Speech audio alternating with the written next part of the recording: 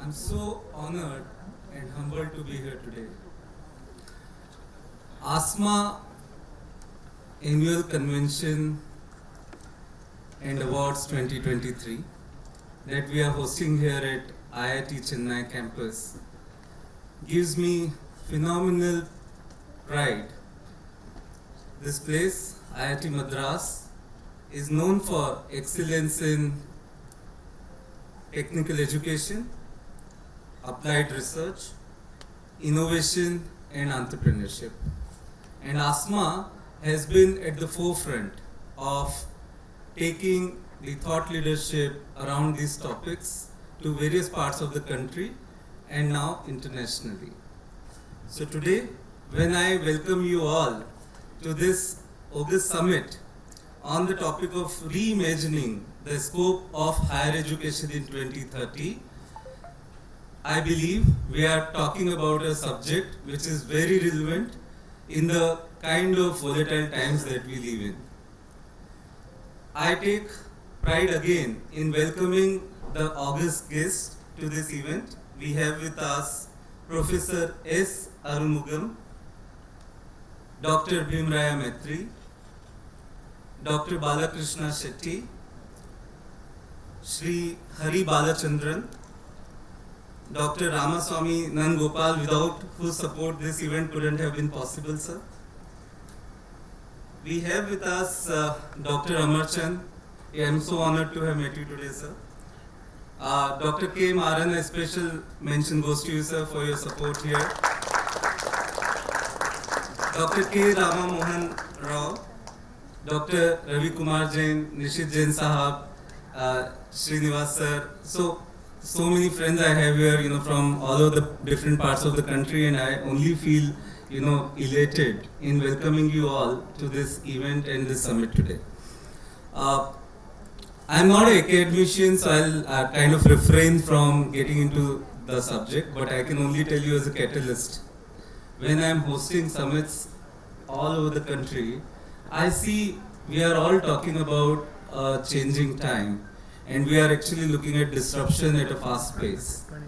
Having said that, I think it is very critical that we keep coming together to learn from each other. There are a lot of innovation that is happening within the country, and there are inspirations from outside the country. So we are trying to be at the forefront on both the sides. In the coming times, we are actually taking this mission to various international geographies.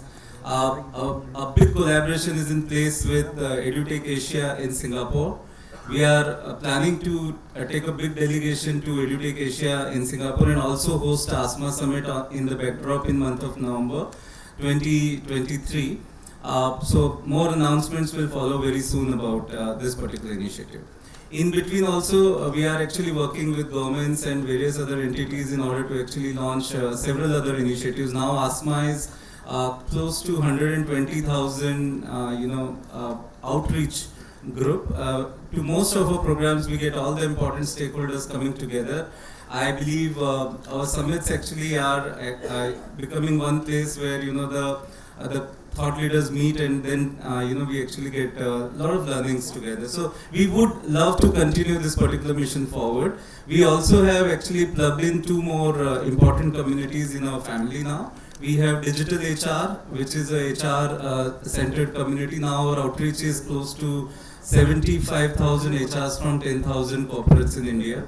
And we have then launched an entrepreneurs community called SMX Network, which is also having multiple formats emerging. So we believe this combination of three different communities, along with our focus on youth generation as well through Next Gen Innovate, which is a new community we are launching very shortly. We are going to complete the loop, and we believe that this gives us an opportunity to actually remain not only at the forefront of the change, we also can inspire both generations as well as the stakeholders with respect to lead the change. With this, I rest my speech, and I welcome all the dignitaries of the dais and on the dais once again to this important event today. And we believe that we will have a lot of learnings today from all the different sessions, which are very thoughtfully curated. Thank you so much. Thank you so much for all the insights, sir. So next up on stage, we would like to call upon Dr. Sandeep Pachpande, Chairman of ASM Group of Institutes, to kindly address the audience. Please do welcome him with a big round of applause. Welcome, sir. A very good morning to everyone. Professor Arun Guman, sir, our guru and mentor, Dr. Bhimraya Metri, our friend, Dr. Balkrishna Shetty, Sree Hari Balchandran, sir, our mentor, Dr. Ramaswamy Nandgopal, sir, the man behind this event, Rahul Jain, all the esteemed, I won't say some of them are colleagues, but a lot of stalwarts from the education sector, from the administration side, as well as from the EdTech side, and most importantly, our customers, the students. A warm welcome to the ASMA Higher Education Summit 2023. The topic is reimagining the scope of higher education in 2023. And I believe that we are living in some very exciting times. With the advancement in technology, the whole business models are changing. And with these changes and with so much advancement where technology can really disrupt the businesses, it is also disrupting education also now. And the role of education is to prepare our youth for the future. And that is where I see the challenge. The future is changing so fast. How do we ensure that we keep up space? Even today, we say that there is a gap between the industry and education. And when we talk of the future, the way it is changing, I think it's going to be much, much more. So that is where the challenge lies. India has become the most populous country in the world now. We have surpassed China in that. So the challenge would be, how do we educate this over 1 billion people? How do we reskill them, how to upskill them, and how to make them relevant to the future world? I think what is lacking is that we should be focusing on teaching 21st century skills, like critical thinking, creativity, problem solving, which are going to be required in the future. And that is the challenge what education institutions are facing. With the coronization of education, as we call it, one of the things which has happened is it accelerated the adoption of technology. However, I think EdTech companies also should reimagine the way digital education should be done. Most of them are focusing on bringing our physical classrooms in the online world. So your same problems are coming in. We should be looking at hybrid modes of education. We should be seeing how technology can be leveraged. I was listening to a talk a few days back to the ex-chairman of NBA, and he was saying that when we talk of information technology, it should be I first and then technology. We should be leveraging technology for our benefit, not bringing technology before us as such. We have a new education policy which is coming up. There is a lot of good intent in it, but the implementation is a major challenge. We have to see that for a country as diverse as India and as big as India, can a one-size-fits-all policy work for us? So again, this is one of the aspects where we are going to have a lot of challenges. Now, when we reimagine the education, I think the students should be put at the center of it. We should be student-centric. One of the things what my son tells me is, probably education is the only sector where they don't really listen to the customer. And I think that has to change. We have to see how they require things. We have to learn to even listen to our customer. And that is what we need when we reimagine education. I see a future where there is a lot of technology which is bringing in personalized education. We cannot have generalized education anymore. if you have to really give the right inputs, and that is how the traditional education in India was known for. So we have to see how we can be student-centric, how we can be personalized. One of the things I was talking to Dr. Metri just before this event, he was saying that, when a kid is small, we all listen to the kid. If we break something, we say it's okay. We feed him when he's hungry. He gets to do what he wants, and we listen to him. But as the child gets older, we stop listening to the child. I think what is required is to bring that childlike thinking in us and not let the child in us die down. So I think what we have to do is, we as educationists have to look at this opportunity with a very open mind. And we will have to embrace change and adopt new ways of working, new ways of doing teaching, learning, and make it more personalized, more engaging, experimental, and gamified. That is what we were talking with talking about skills, that how do we give in an experimental and gamified way, we develop the skills. That, I think, is going to be the key. Obama once said that innovation and education is what is going to make a nation great.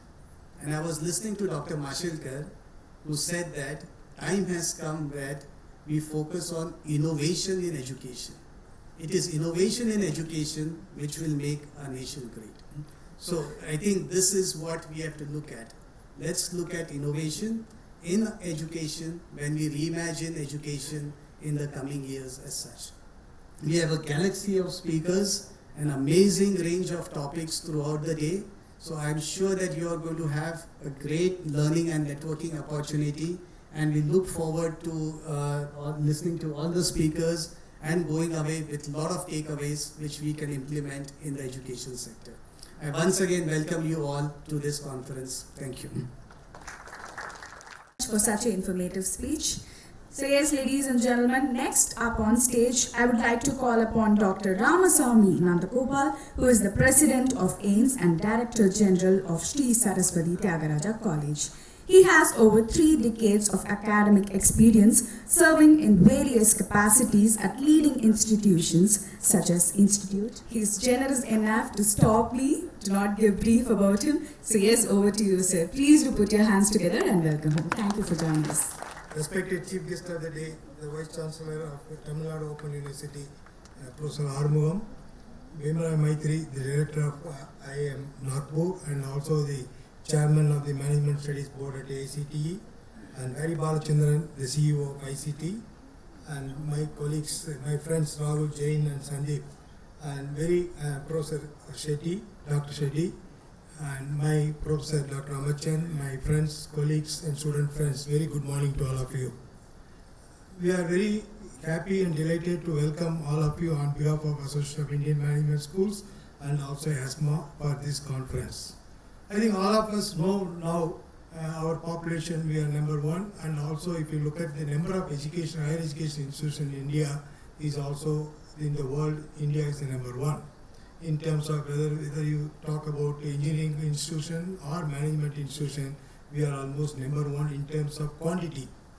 But the issue is whether the quality wise we are really good.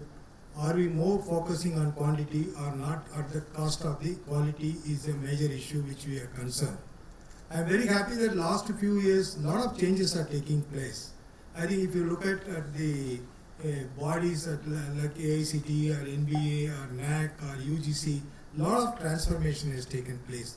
I think a lot of transparency is there. If you look at really the governance issues today, I think more transparency starting from AICTE, UGC, NBA, NAC, all these bodies are opened up and more transparency is there. So that means we have faith in the system, and then we were able to improve the quality. The kind of efforts all these agencies today is putting is really good.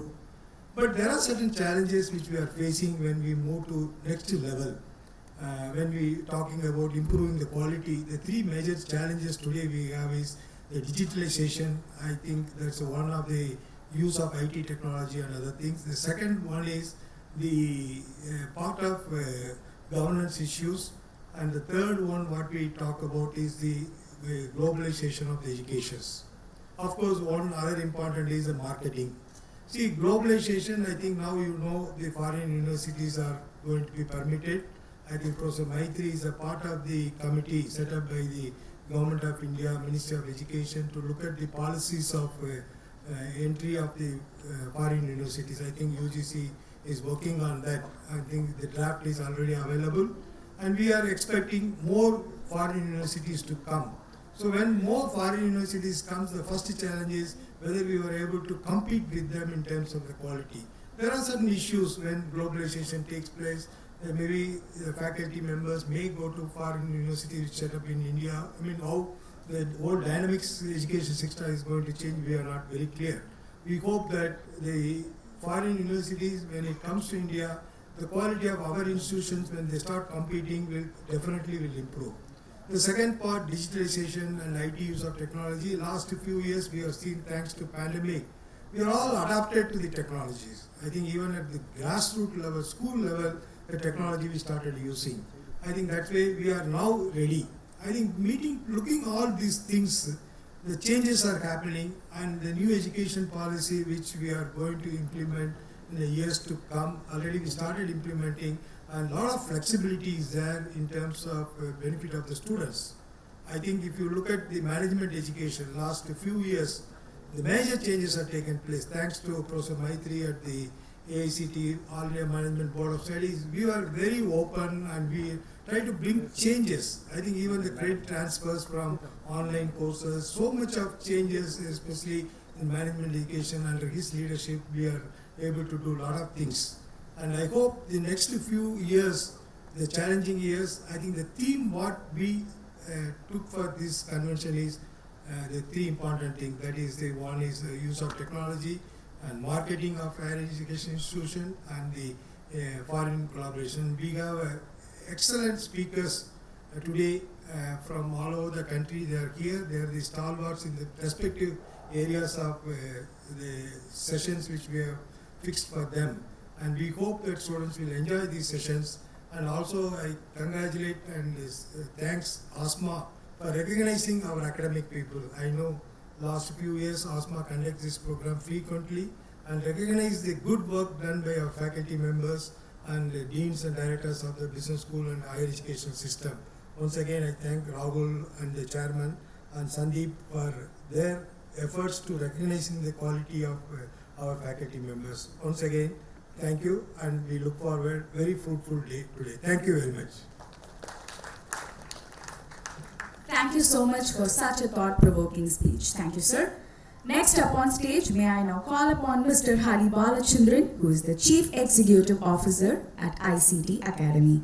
He has more than 20 years of experience in senior management roles with globally recognized management consulting, education and training and media companies, as well as market research and project management. Please do put your hands together and welcome him. Welcome, sir.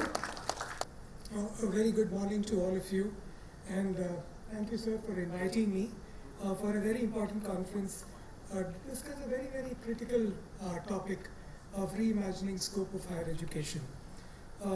Thank you, Mr. Rahul Jain, Dr. Sandeep, and Dr. Ramaswamy, Nandgopal, Dr. Balakrishna Shetty, Dr. Bhimraya, Metri, and Dr. Armugan, who are all on the stage, and all the invited dignitaries, students, and members of the faculty.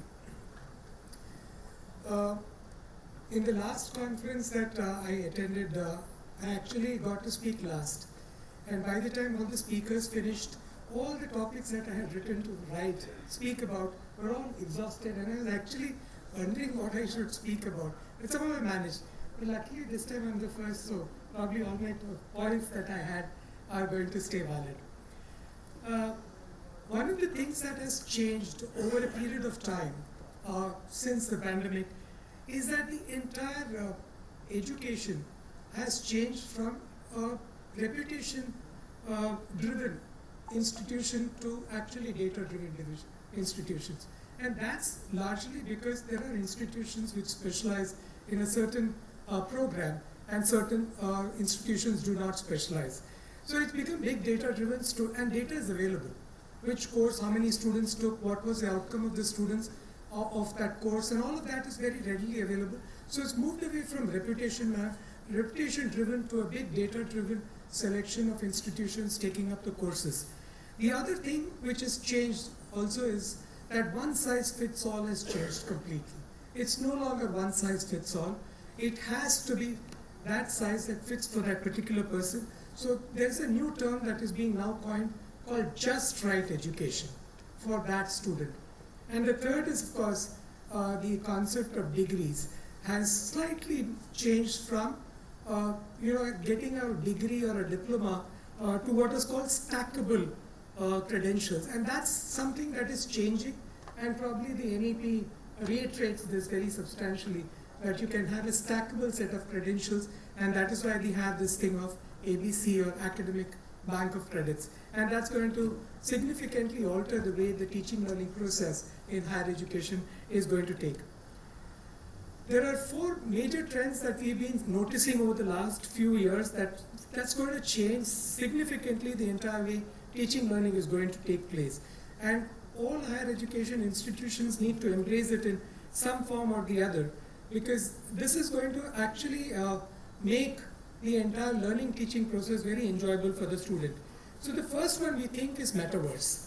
We think that metaverse is going to change the entire way of teaching learning process is going to happen, and higher education institutions will have to embrace metaverse. Augmented reality coupled with virtual reality will grow at about 18.2% CAGR, and that's the trend that we are seeing.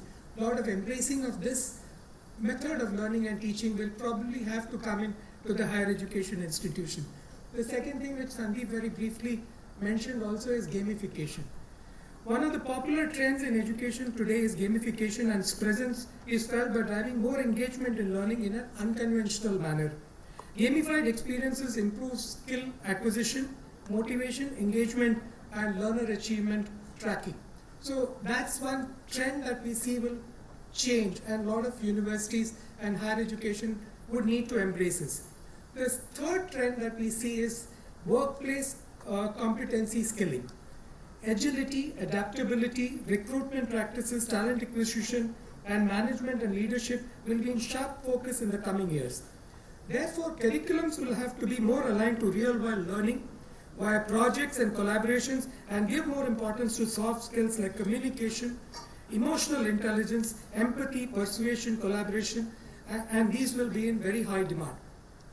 The trend that we are seeing now, and that's more because I think the pandemic changed the entire situation, is nano learning or micro learning. Quick module pack of learning and information is small information nuggets summing up to nano or micro learning concepts. It's gaining worldwide popularity, and its huge engagement with learners and the relevance of course material that is very inclusive. Many years back, Udemy used to have large programs, 40 minutes, 50 minutes and 1 hour programs.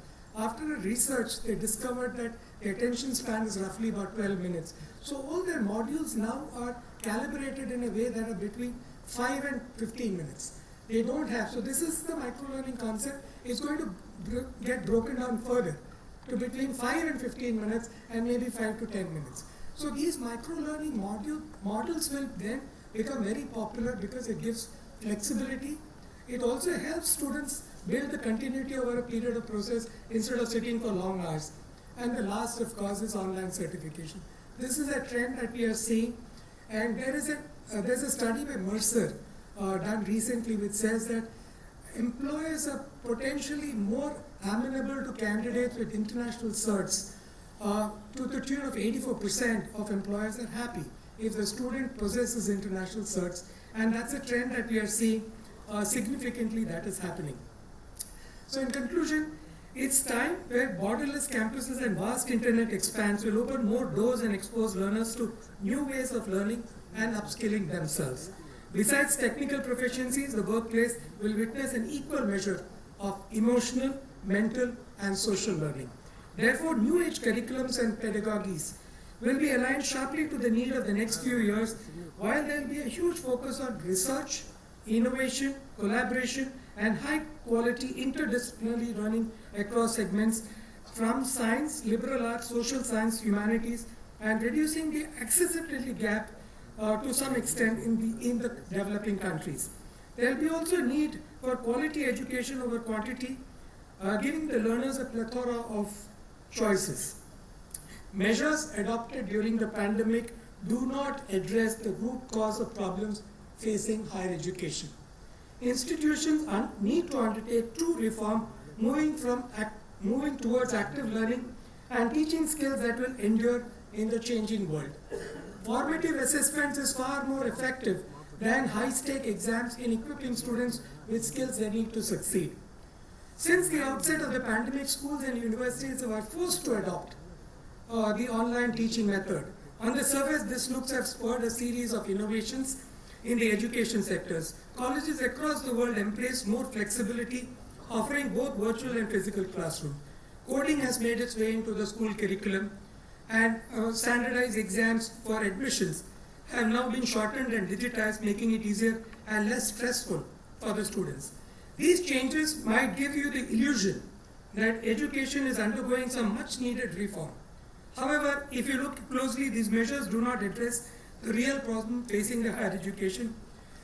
In most countries, higher education is inaccessible to the socio-economically underprivileged, certifies knowledge rather than nurtures learning and focuses easily on outdated knowledge. In brief, it's falling short both on quality and quantity. Therefore, there will be 4 trends that we see in the future. The first one is learning from everywhere. There's a recognition that schools and universities all across the world have abruptly pivoted to online learning. Learning outcomes suffered from the education spectrum, and that we would see. Even when I interview, I do this mistake that I am a COVID pass-out student. And I have set my benchmarks a little lower. That's something that we have seen as a part of the entire process, also because of embracing of online learning in a sudden situation which was forced upon to us. However, the experiment with online teaching did not force a re-examination of concepts of time and space in the education world. There are some benefits to students learning from their own pace and conducting science experiments in the kitchen. Hybrid learning does not mean combining virtual and physical classrooms, but allowing truly immersive and experiential learning, enabling students to apply the concept that they've learned in classroom into the real world. So from shifting from learning from anywhere, providing flexibility, education institution moved to learn from everywhere approach, which is immersive learning. One of the examples that we would like to share is a new bachelor's degree in 2021 that combines classrooms that were taught in one city in Europe with remotely purposed learning platform that gave experiences working in other countries in America and Asia would probably help build the set of skills that the student really needs. This, I believe, is truly hybrid learning environment. The second big trend that higher education would need to look at is replacing lectures with active learning. Lectures are an efficient way of teaching and ineffective way of learning. Universities and colleges have using this for centuries as a cost-effective method for professors to impart knowledge to students. However, digital information is ubiquitous and free, and it seems ludicrous to pay thousands of rupees to study from someone giving information that you can find in a much cheaper format. Education institutions need to demonstrate effective learning outcomes, and some starting to embrace teaching methods that rely on the science of learning. This shows that our brains do not learn by listening, and little information we learn is easily forgotten. Real learning relies on principles of spaced learning, emotional learning, and application of the learning. I therefore believe that the 5 trends will make an impact, the trends that we see will make an impact on the educational institution. The educational institutions have gradually accepted this method known as fully active learning. There is evidence that it not only improves learning outcomes, but also reduces education gap and socially economically disadvantaged students. There are numerous examples to demonstrate how active learning actually makes the impact. The third big trend that higher education would need to embrace is teaching skills that mean relevant in the changing world. According to a survey recently done, they found that 96% of the academician believes that what they teach at the higher education institution is relevant for the students, that make the students employment ready. But there are only 41% of the students who believe the same of the 96%. So 41% students believed that their skills are relevant for the work, and only 11% of the corporates or the employers believed that the schools teach what is relevant to them. So as a result, the universities are forever catching up for the skills needed for the future. What we need to teach are skills that are relevant in the new, changing and unknown context. For example, journalism students were taught how to produce long-form stories that will be published in the newspaper. More recently, they were taught how to produce shorter pieces and post content on social media. More enduring skills would be how to identify and relate to readers, how to compose a written piece, how to choose the right medium for your targeted audience. These are skills that this will be across boundaries of discipline, applying equally to scientific researchers or lawyers. There are universities where have done very interesting projects on critical thinking or creative thinking into foundational concepts and habits of mind. It teaches as to how four years undergraduate courses across discipline regardless of what the student chooses. So there is multidisciplinary learning. Recently we had a request from an automobile company for mechanical engineers with data science skills. We don't have any because we don't teach data science to mechanical engineering students. So these are things that are relevant in the future. And the last, of course, is formative assessments. Higher education institutions need to adopt a very robust formative assessment instead of high-stake end semester exams. So this is something which I believe will entail a huge number of trends that will happen as we go into the new age. And I believe higher education institutions need to reimagine, reinvent the way we are actually doing things. And these are trends, and I think these are my thoughts on how we need to reimagine the scope of higher education and ensure that students, when they graduate, have the relevant and the pertinent skills that help them find themselves employment or turn themselves into an entrepreneur or pursue higher education in the quest of research. Thank you very much for giving me this opportunity. Thank you so much, sir. It was amazing listening to you. Ladies and gentlemen, next up on stage, I would like to call upon Dr. Balakrishna Shetty. Please do put your hands together and welcome him. He is a Pro-Chancellor of Mala University, Hyderabad. He is the recipient of the National Merit Scholarship and DGHS Scholarship for Higher Studies. He was awarded the Diplomat of National Board in Radiology in 1990. The University of Texas awarded him the prestigious Pediatric Radiology Fellowship in 1994. And Dr. Shetty is known for developing the MR-PET technology for early detection and staging of cancer without radiation. We welcome you, sir. Thank you very much for those lengthy introduction.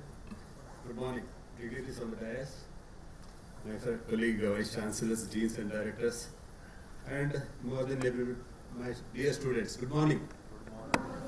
Little more. Thank you very much. So, today they all call this, because I am from medical education, they say in industry, industry 5.0. Now it is education 5.0, okay, education 5.0. Which was the first education? First type of education? Gurukul type of education, isn't it? There was a Gurukul type of education, and I would like to say, those days education was not sold, education was not for profit.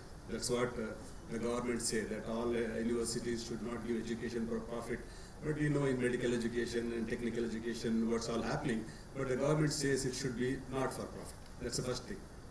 But I would like to say the first one to sell education those days was Dronacharya, because those days nobody used to sell, and Dronacharya had a lot of problem because he had a lot of love for his son. Everybody has got love for their children, but in Mahabharata they say Dhritarashtra had highest putra vyamoha, but the person who had more putra vyamoha was Dronacharya. That's why he went into Hastinapur and he started selling his knowledge for the sake of his son. That was the first time. That is called Gurukul education. That's a, I would say, education 1.0. After that, we didn't have much education, but I would like to say education is for what? Today we are saying education should be skill. So those days that was like that, father and son. The son used to do the same skill what the father used to do. So there was no education at all. And the goldsmith used to become the goldsmith, the carpenter will be a carpenter, and the king's son will become a prince. So there was no education. It was only skill-based education. Then came, of course, Takshashila, Nalanda, and all those things. I would say education 3.0, because they thought everybody should learn everything. So we had the great universities, and we started doing all those education. That is, I would say, education 3.0. Then comes education 4.0, that is the British type of education. I would like to say the worst kind of education, whatever we had so far. That was the worst kind of education. We had concrete halls, and we had teachers asking students to come to the classroom, insisting on attendance, insisting on internal assessment, insisting on projects, insisting on university marks. Everything was forced upon to our students. Even today, our students are forced to read some textbooks, forced to do something. I would like to say, when I was doing my medicine, we are asked to do 100 deliveries. 100 deliveries we are asked to do to get my MBBS certificate. What we used to do, we used to write just names of some pregnant women and tell that we have seen so many. Only writing projects. We all know in technical education, I know in engineering education what students do projects, cut copy paste system. So that cut copy paste system incorporated into our education because of education 4.0, that was because of education. British education, because the British wanted Indians to be only clerks. They never wanted you to be entrepreneurs. They never wanted us to be innovators. That is why they wanted clerks, they wanted soldiers to fight in their world wars. So that was a British education. Now comes education 5.0. That is a NEP. So I think Sandeep has told correctly, it has become a student-centric education. It is not a faculty-centric education. Even I tell you, in education 4.0, the faculty was insisting on a student. We had some technical things like you will have something like where the college bus is moving, where the students are going, whether the students are sitting in their proper rooms, whether the students' eyes are open while taking the class. You know, there are some technology like that. It will focus on the student's eyes, whether he's sleeping or not. All such technicality we had, but nothing works. Nothing works. So in this education, and the faculty was insisting that he should listen to my lecture, he should have 100% attendance. We never worried about what the students are performing. So faculty was insisting that the students should come to the classroom. And I know so many times, I remember the faculty HOD was telling a student, if you don't listen to me, you will be in the medical school for the next 15 years. Like that is true, and students used to do a lot of work for the faculty members. And I'm not telling it is wrong, but you should not force it upon the students. Okay, students lovingly, there are students who used to give their, time, energy, money, even the life for the teachers. We know such teachers, because teachers would attract students to the classrooms, and it was never forced. When the teachers are good, all the students used to come to the classroom. I remember, if there's a good teacher taking a class, all students will remain in the classroom. We need not force them. But the forcible teaching was in education 4.0, and now we have got what is called the NEP, okay, that students can go and learn anything. He has got an academic credit, multiple entry, multiple exit, all those things I told. I don't know whether it is implementable or not, but it is a student-centric, so it is industry 5.0, education 5.0. And that is a thing which is, I would like to say, the future of education today. I'll tell you, the student is a boss.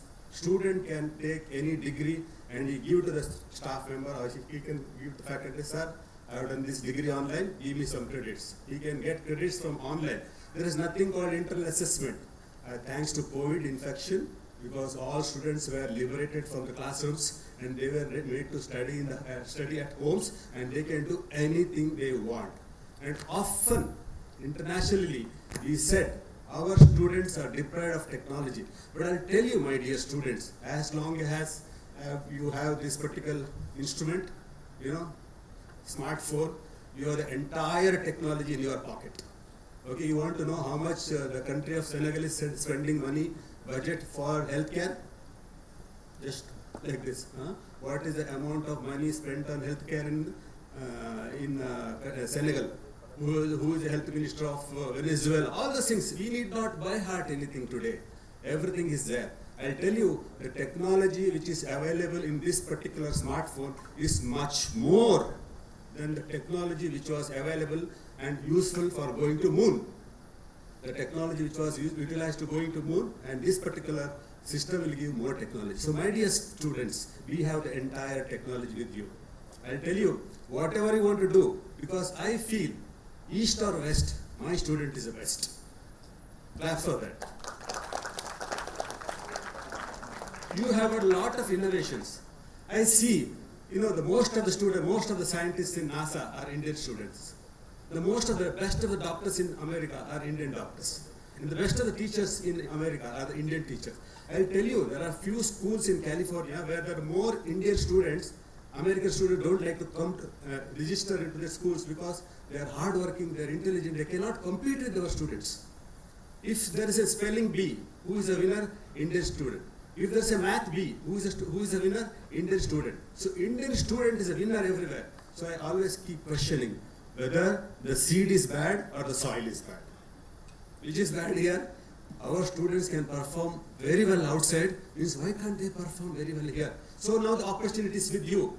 Whatever you want to say, you can open, you can say something, and you can upload it to YouTube. You need not wait for anything, and whatever the innovative ideas you have, you can put into this smartphone, and you can upload in the video. Because if you want to publish something in Western journals, you have to pay money. And if it is coming from Indian students, they will not publish it. They'll ask 100 more one question about your English language, you'll ask 100 questions about the importance. So what I'm telling my students, you are the boss. You need to get your ideas into this particular smartphone, record it, upload it, or at least send it to me. I'll see that it is published everywhere. These few things I would like to say, that the future of education is not with the vice chancellors, deans or directors, that is with the students. Because you can do anything, and you can see that again India will become a Vishwa Guru. And I again thank Rahul and Sandeep for organizing this meeting and giving a chance for students. Thank you very much. Wish you all the best. Thank you so much for such an insightful speech. So yes, ladies and gentlemen, next up on stage with utmost pleasure, we would like to call upon Dr. Bhimraya, who is the director of IAM Nagpur. He is on the editorial board of national and international journals and has served as the member of various national level committees of higher technical education and industry. Dr. Metri is a member of the Decision Science Institute, Texas, USA, and he has published over 100 papers in international and national journals and conference proceedings. We are happy to welcome you, sir. Please welcome with a big round of applause. Respected Professor Arunmugam, Vice Chancellor, Tamil Nadu Open University, Professor Nandgopal, President AIMS, Sree Hari Balchandran, CEO ICT Academy, Dr. Sandeep Pachpande, Chairman ASM Group of Institutions, Mr. Rahul Jain, MD, ASMA, and all the distinguished Vice Chancellors, the Deans, Professors, my dear students, ladies and gentlemen. So it is my privilege to be a part of this event. The topic given to us for the discussion, or the topic of this event, is imagining the scope of higher education in 2030. Now all of you know that 2030 means we are in 2023, so it is just 7 years ahead of time. How you can visualize higher education, particularly in India. So if you look at the today's education, it is in transition stage. After announcement of NEP 2020, now coming July 29th, the third year celebration of NEP 2020 is going to be there. But today, as a part of NEP, some changes already have been made at every higher education institution level, and some regulations have come, and some changes are still under the process. So if you look into that overall, all the regulators, UGC, AICT, NBA, NAC, they all are working hard for implementation of new policy for transformation of higher education. Now, as a part of all the four bodies, lot of changes have already taken place. Some regulations are keep on coming, as Professor Nandgopal said. To begin with, UGC has already, May 2022, they released a bit of foreign institution entry, for internationalization, that is tuning program, as well as their dual degree program and student exchange program. And AICT, probably all of you might have noticed in the latest handbook released very recently, the same kind of things, tuning, dual degree, joint degree and student exchange program have been released. Now again, some kind of, to maintain the quality, NIRF, some condition has been put, and whom you have to collaborate, QS ranking top 1000, some kind of, boundaries have been put, who can collaborate and what kind of institution you can collaborate so that quality can be maintained. But if you look at the overall education, Indian education, with reference to policy or otherwise, in this changing world or disruptive world, I must say, things are changing faster than fast. So whether the policy or no policy, our higher education has to change and remain relevant to the present world. And relevant to the present world means present world is changing faster than fast. So that is where, while changing world means disruptions are happening and new technologies are emerging out, and some of the industries are getting disrupted by others, even higher educations are getting disrupted by others. So in this disruptive world, fast changing technology, higher educations are going to be more technology oriented, and also I must say universities or institutions are going to be high tech and high touch. Nobody can stop, and those who don't do, they will be out of the market. So we have to make maximum use of technology in coming years, 2030, what we are envisaging. So lot of technology we have to utilize so that we can create a smart universities. Probably you might have heard about smart cities have already come up. And in future you may find smart villages are going to come out. Smart agriculture is going to come out.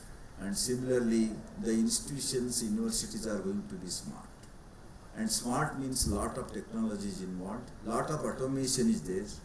And I am sure a lot of robots are going to play a role as a teacher, as a the assistant to the vice chancellors, and as a part of, I think, metaverse, as Balchandranji rightly said. So you are going to use of all those virtual reality, augmented reality, and entire education, higher education is going to be with full of digital design and digital offering. Probably some of the universities in future, now already you might have seen in All India Council for Technical Education,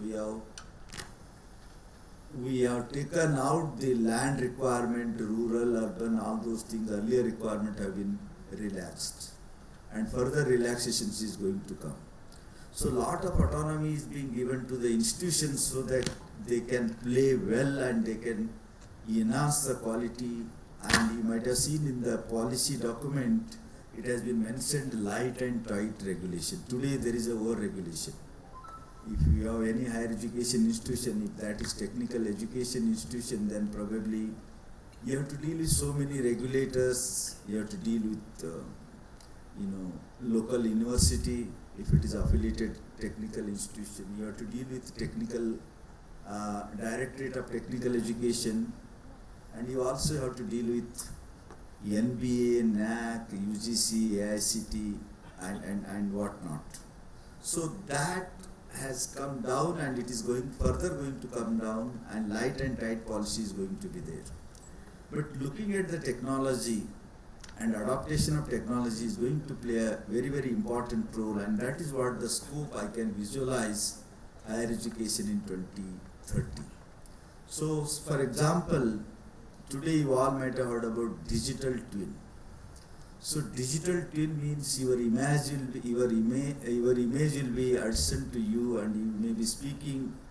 Probably yesterday's UGC chairman newspaper, his announcement. Now students can write examination in local languages. You might have heard about, you might have seen. So a language is not going to be a barrier or hurdle in future, because the softwares have come, digital twin has come. Even though you speak in Tamil, probably front person will listen in Hindi, and with the same lip movement, not Tamil lip movement, it is a lip movement of Hindi. Your image lip movement will be in Hindi, and you may be speaking in Tamil or any other foreign language.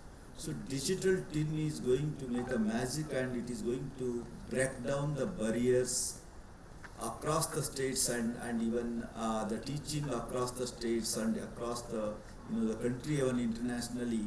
This digital twin is going to make a magic. Other than this, if you look at the higher education institutions, the digital offering based on the digital design, how much technology you have incorporated in your higher education institutions. Currently I am heading the Distance Education Bureau at University Grant Commission.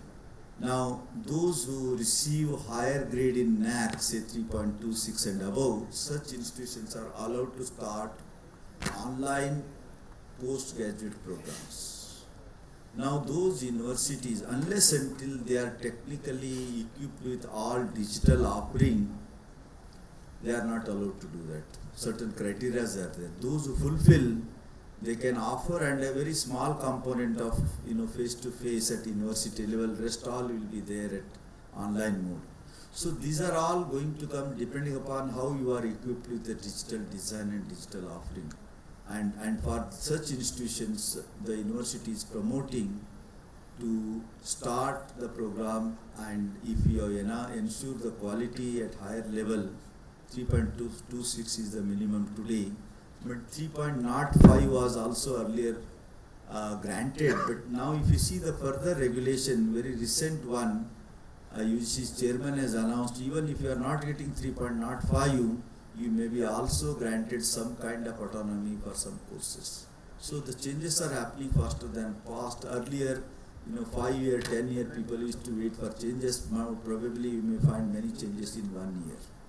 So it means the rigidity, stupidity that has been already accepted in higher education, and it is going to be totally flexible one.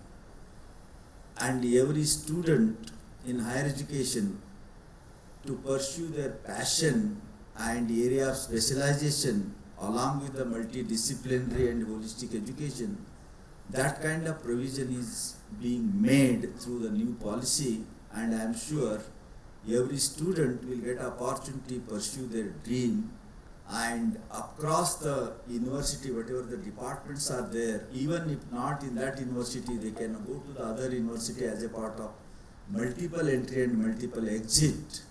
They can take some of the courses from Delhi and do rest of the things at IIT Chennai, or some courses in Hyderabad, some maybe their partner institutions in Japan or US or Australia they can do, and at the end they can get the degree from this institution. So this kind of flexibility, it was never imagined, and it was never happened, even in many international universities abroad. But India is going to see such kind of flexibility, agility, and students are going to get a full benefit out of this new policy. And 2030, probably sitting here, what we are listening, probably it looks theoretical, but 2030 many things are going to realize, and you are going to a part of implementation of such policies. And ABC, academic banking of credit, is going to come, and similarly the multiple entry and exit, and also sometime you can go and work in industry and come back. You may get after few 1 or 2 years if you study, you may get a certificate or you may get a diploma, and again you come back, you may get a degree. Lot of flexibility has been built in the new policy. And this policy also, we talk about the credit system. Maybe primary level there are certain credit, higher secondary level credits, and undergraduate credits, postgraduate level credit, and PhD also. Credit system has been introduced as a part of this. Now the uniformity has been brought, and even the programs like ITI or diploma. ITI people were never getting any chance to go to the higher education based on that ITI. Now here onwards that provision is provided based on the credit. They can go to any field and they can do it. Now, as a part of Institute of Eminence, a mentoring committee member, I visited some of the institution of eminence. All of you know that Government of India has allowed 20 institutions, 10 private and 10 government institutions, and the government means largely they belongs to technical institutions like IIT Chennai is one of them, and IIT Bombay, Kanpur, BHU. So like that IIT Roorkee, but in private also many institutions. So as a part of that, when I visited Srinagar University in Delhi NCR, so there we were interacting with the students, faculty member, vice chancellor and promoter. One of the students who was doing second year mechanical, a major is in mechanical, minor is in economics. See, this was never thought about, never heard about. That flexibility is good. A student who is doing physics, he can do music as another specialization. And it is not restricted, you have to do only one major, one minor. You can have many minors and one major. You can have X number of minors, and there is to call it as a minor, number of courses you have to do and number of credits you have to fulfill. So this kind of flexibility is going to be there, and probably you are not going to, after graduation as a mechanical engineer, you need not to go to Maruti, or you need not to go to as an electronics engineer, Bharat Electronics, but you can go to any other field because it is a multidisciplinary and holistic education. So the very purpose of education is building a character and developing a holistic human being to take care of all living beings. Because human being is a supreme on this planet, and they have larger accountability and responsibility to take care of living being, including the planet, the sustainability, the climate, all those things. So that is where I think future of education, not only in India, rest of the world, Japanese call it as a smart society, and rest of the world, everywhere, focus has been on sustainability, focus has been on environment, social and governance, and special, again, a focus has been net zero, focus has been on climate change, and also focus has been on conservation, some of the areas, if you look at the energy, and also keeping planet in mind, because already 1.75% of the natural resources has been consumed. So keeping the future generation in mind, the United Nations has come out with so many schemes for sustainability and ESG kind of things, and most of the companies ESG reporting has been mandatory, and that is where if you look at the global ranking at higher education, if your courses are not covering this sustainability and ESG aspect, those institutions are ranked very lower. Every course has to cover, it is not a separate course on sustainability and CSR and environment. Every courses, irrespective of branch, a student should be aware of this global warming and sustainability reporting, and that is where most of the higher education institutions, probably ISB was the first one to introduce in all their courses the sustainability and CSR aspects, and that is where in India, global level, the first institution ranked very high in India, always it goes to ISB Hyderabad, and many institutions are now doing IITs and IIMs and many higher education institutions. So that is where future is going to be entirely different. Today our focus has been only functional areas. As a mechanical, as a civil, as a management, our focus was only our specialization, and you know that specialization has damaged the world and damaged the planet.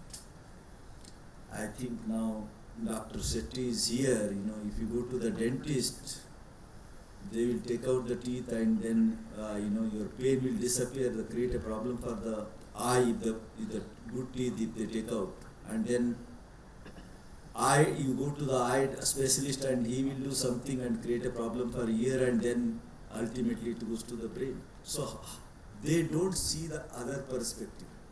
So multiple perspective, that is where it is going to be very, very important in everywhere, not only in India. Higher education is going to be multi-perspective.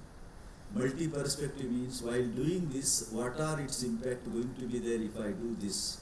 So that one has to understand, and that is where holistic perspective one has to do whatever you do in your workplace, and that is where this higher education is going to change totally. For example, as a mechanical engineering, if I am teaching a course on, say, fuel, I may teach one perspective how to achieve the fuel efficiency, and second perspective I can teach how to redesign the engine to reduce the fuel cost.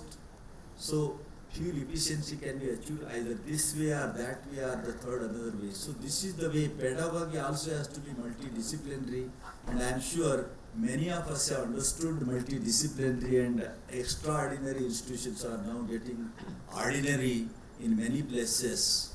Ordinary means just adding the department is not a multidisciplinary. That is one aspect. Apart from adding the departments and specialization, one has to also add pedagogy, also multidisciplinary. Means team teaching has to happen. A number of people coming together and teaching and giving the different perspective on the same subject. That is going to make a student as a holistic and all-rounder. And all-round is going to play important role. Generalistic is going to play, specialist is going to play important role than the specific subject specialist. So these are the things going to happen in future, because skills have self-life. Till today focus has been on skill. Now whatever the skill you learn, the moment you graduate in 2-3 years, those skills are already undertaken by already taken by the robots. Whatever the skill you learn, robots will take over your job, and what will you do? You have to learn the new skill after graduating. You will not go back to the school, but you will learn the skill and you on your own, and then you hunt the job. So that is where the higher education responsibility today is, or in future is, they have to develop such a change masters who can lead the unknown roles in unborn companies. And that is the responsibility of the higher education. Such kind of higher educations are going to come in 2030. It means you have to teach the students how quickly you can acquire the new skill. What skill you don't know. After 3 years, what it is going to come, you don't know. But our students have to learn the skill of how to learn quickly. Quick learning is a skill. How to learn the things quickly, how to make a sense, coming 3 years, 5 years, what changes are going to come. I think Sir was talking about trends. What is the trend coming 3 years down the line? What products are going to disappear? What new things are going to come? And what context is going to change in the corporate world? Such kind of things are to be taught in the higher education institutions, so that our students will always remain relevant and always stand up in the crowd, and they can make a difference in the workplace, and they can also bring the name to the country and also the higher education institution and family to stand up in the crowd. And that is what going to happen in future, because the formal education till today, what you have done, that is not going to be relevant. So with this, I wish a grand success for this today's event, reimagining the reimagining scope of higher education in 2030, and also higher education summit and awards of ASMA. And thanks for patiently hearing, and my best wishes to all of you. Thank you so much, sir. It was really interesting. So yes, ladies and gentlemen, next up on stage, I'm going to call a very interesting personality to address all of you people. Please do put your hands together to welcome our chief guest of the session, Professor S. Arumugam, Vice Chancellor of Tamil Nadu Open University. We welcome you, sir. He was honored with the Tamil Nadu Scientist Award in Physical Sciences by the Tamil Nadu State Council for Science and Technology in 2014 and was bestowed the Lifetime Achievement Award by the Indian Spectrophysics Association of India in 2020. Please do give one big round of applause. We welcome you, sir. Good morning to all and happy day. Respected Mr. Rahul Jain, Dr. Sandeep, Dr. Ramaswamy Nandgopal, Mr. Hari Balachandran, Dr. Balakrishna Shetty, Dr. Bhimraya Metri, and distinguished invitees, press media, students, ladies and gentlemen. I am indeed delighted to take part of ASMA Higher Education Summit and Award, Reimagining the Scope of Higher Education in 2030. I am here to share my thoughts on the role of cutting-edge technology in higher education. David Orlick, educator, author, and early adopter of technology in education, said, "We need a technology in every classroom and in every student's and teacher's hand, and because it is the pen and paper of our time, and it is the lens through which we experience much of our world. One of the most significant occupations in the workforce is education. Today, society has benefited much from technology, particularly in the areas of higher education. The use of virtual field excursions, test-taking strategies, instructor resources, class websites, and lesson plans. Technology in the educational system has positively benefited both students and teachers in several ways. Our educational system now employ computers, gives us access to a wide range of resources and educational opportunities. Along with the fast expansion of digital technologies and the growth of people who are computer aware, technology's role in education is expanding. Customer or learner behavior shifts have been hastened by the market and the COVID-19 epidemic. As a result, during the pandemic years, higher education saw an exponential growth, and the years to come, it is anticipated to continue to develop quickly. In 2019, the size of the world's online e-learning industry was over rupees 8,40,000 crores. The market for online education is anticipated to reach about 48,50,000 crores by 2027 at a compound annual growth rate of 8%. According to the Research and Markets, a worldwide market research organization, the use of AI, ML, cloud technology, IoT extended reality, and other new technologies and trends, as well as recent investments and mergers in education technology and online education are driving the market's growth. Future developments in technology will continue to shape education technology as a potential to significantly alter how the people learn. It may support the development of connections between teachers and students, help us to rethink how we learn and collaborate, close long-standing equity and accessibility gaps, and modify the learning process to accommodate the requirements of all students. Our universities, community colleges, adult learning facilities, and schools how to serve as hubs for research and development. Teachers should continually seek out new information and pick up new abilities to study with their pupils. Education leaders should establish a vision for designing a learning experiences that give all students the necessary resources and encouragement to succeed. However, educators must effectively integrate technology into their job to provide authentic learning experiences and fully appreciate the benefits of technology in our education system. Education professionals must efficiently use technology in their work to maintain a system and offer a real learning opportunities.